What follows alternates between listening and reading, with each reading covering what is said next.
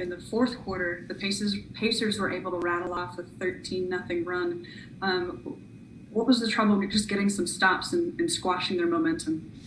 Well, we had a hard time containing Aaron Holiday. He did a great job throughout the game, but in the fourth quarter, his penetration, getting into the teeth of our defense, and then moving the ball on, and then we couldn't get anything going, because we were taking the ball out of the net, and from their made field goals and free throws, we didn't get much flow ourselves offensively. So give all the credit to Indiana. They're a tough team, even without Oladipo, and on a back-to-back.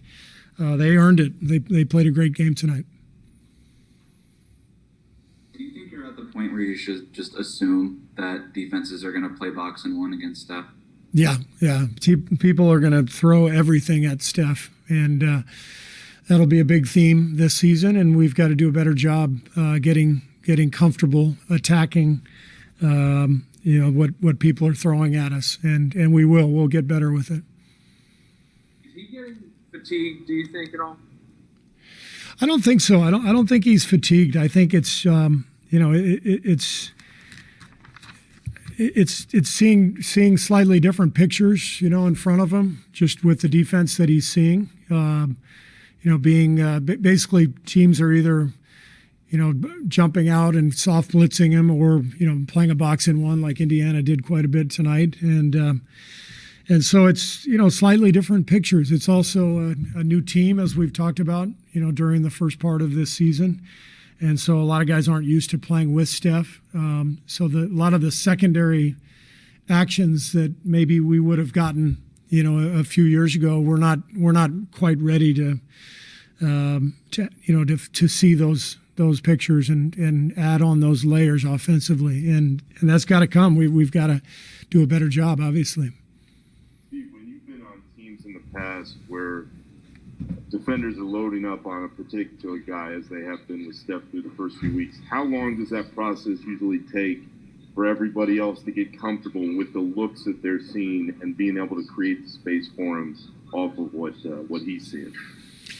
Well, every team is different, and to be honest, in my years in the NBA, as a player, I don't remember anybody playing box in one. I don't think it was legal when I played, but even in my years coaching, just over the last couple of years, teams have started to run some box in one. Obviously, we have different personnel now, which is contributing to what teams are doing. They're sort of playing the odds, and so they're just going to make other people try to beat them. But the good news is, if you play a box in one, it's 3-on-2 all day, and if you get organized and get sharp, then there's going to be great shots, and that's what we have to do. Is as a staff, we've got to help our players get organized and execute better against this kind of stuff. What do you think, Eric?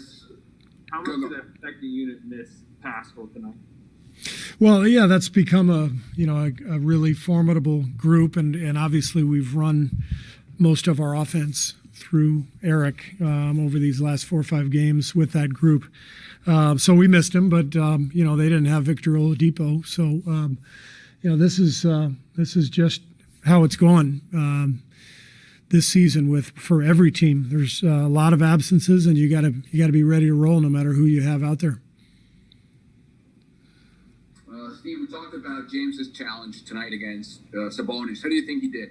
I thought James did well. It was so every night is a good night for James, even though it's going to be frustrating for him at times. He was frustrated with his 4th foul that he picked up early or late in this first half. But it's a great experience to go through it and to understand how you have to play with fouls. How you have to play against a team, playing zone as a big, what are your responsibilities? And so, this is a real challenge for our team and for James to try to, piece all this together on the fly with teams throwing a lot of different defenses at us. There's a lot going on for James, for somebody who's, only been in the league for a few weeks. So great experience. It's going to be frustrating at times, but he's going to get better as a result. I know we don't know how long Eric will be out, but do you anticipate using Draymond as the 5 in that kind of closing group going forward? Not necessarily. It just depends. It could be Loon. Loon's been in our closing group often, so we'll see. How does a 4-3 homestand sound to you? I'm sorry? How does a 4-3 homestand sound to you? Well, not as good as 5-2 would have sounded, but we all in all we're making strides. We're doing, I think, very well defensively in general. Since the first couple games, obviously, Draymond has changed our team in that regard. Kelly and Andrew continue to play great defense out on the perimeter. I think Andrew had 5 blocks today. I thought Kelly's defense on Malcolm Brogdon was a huge factor in the game, so a lot of really good signs and bright spots. So we're going to get a lot better as we go, and I would say over the 7-game homestand, we made some big strides.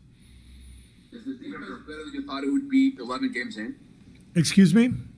Is the defense better than you thought it would be 11 games in? Well, it's better than I thought it would be after we were 0-2. I can tell you that. We were horrific defensively at that point. But everything with this team is new. James and Draymond missing training camp set us back. So it just feels to me like we've caught up to where we need to be defensively. We're putting in good efforts every night. We're using our strengths, the length and athleticism that we have. So the defense is rounding into form. The offense is a work in progress for sure. Steve, after a pretty clean first half, I think you guys had 11 or 12 turnovers in the second half. They ended up with 24 points off turnovers. How much of a factor was that in you guys not being able to hold on in the second half? It was a huge factor, Monty. I just thought we got in a rush in the second half. We